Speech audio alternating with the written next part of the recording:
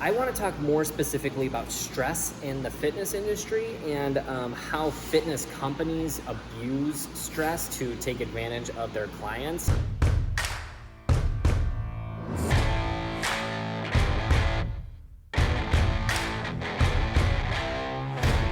What's up, everybody? It is Coach Paul here from Rise Above here in Shorewood, and today I'm here to teach you all about the concept of stress. I think stress is one of those topics that a lot of people think they know a lot about, or maybe they don't know anything about it, and that's why they don't change anything when it comes to their stress, and how we don't do that. So the first thing that we need to understand when it comes to stress is, what is stress? Well, stress comes from a hormone in your body called cortisol. Cortisol has been one of those hormones that runs through the body that a lot of people think is a very negative thing, but I want to be very clear about this. Cortisol is not a negative thing.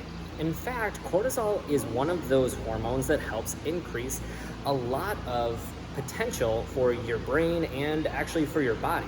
And what I mean by that is that when cortisol gets released into your bloodstream, you actually have a heightened sense of cognitive effort, meaning you have the ability to think better. You also have the ability to retain more information. And then even to take it on a physiological side in terms of what happens to your body, performance goes way up. So why then does cortisol get such a bad rap when it comes to any sort of stress? Well, the problem is the world we live in is full of it. And more importantly, if you're using your workout to de-stress you, you're actually causing more stress than you might think. And let me give you an example. Most of the time, people think that when they work out, they are de-stressing themselves. When they're all done, they feel so much better. They're like, wow, I feel amazing. Well, that amazing feeling has nothing to do with the reduction of your cortisol and has everything to do with the endorphins that are running through your body. I want you guys to understand that these are two completely different concepts. And if you think that if you have endorphins running through your body that you're not stressed, you couldn't be more wrong. In fact, I want to show you exactly how stress can play a role in your life outside of just fitness. In order for us to understand stress, we must first understand our central nervous system. And I'm going to create a really, foolproof guide for anyone who can, understand this concept. So let's go ahead and run through your central nervous system so that you can see how cortisol could help or hurt you depending on the situation. Your central nervous system controls everything and anything in your body. I want you to think of it as like your command center. Most of it is housed in your brain and in your spinal cord. There are a lot of parts to the central nervous system, but the one that controls the hormones is going to be called your autonomous nervous system. If you can't remember that, that's okay, because the word auto kind of gives away what this part of your nervous system does. Any aspect of your body's function that happens automatically, and hormone production is one of those things that will produce whether you want it to or not.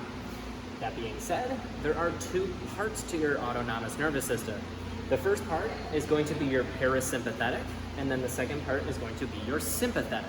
Now, I want you to think of your parasympathetic nervous system as your rest and digest portion. Basically meaning anytime that you've been overly stressed, it's your way of decompressing.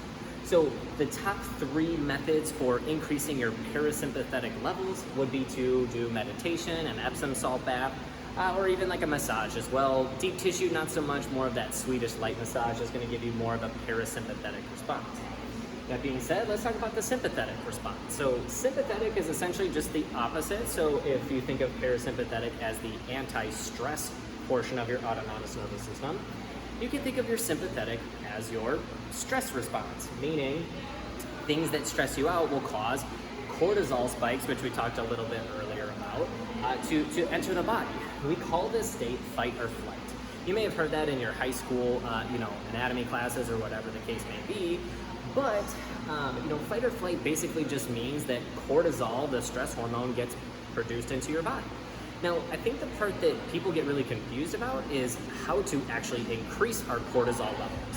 So, for example, any physical activity that's strenuous is going to increase your cortisol levels.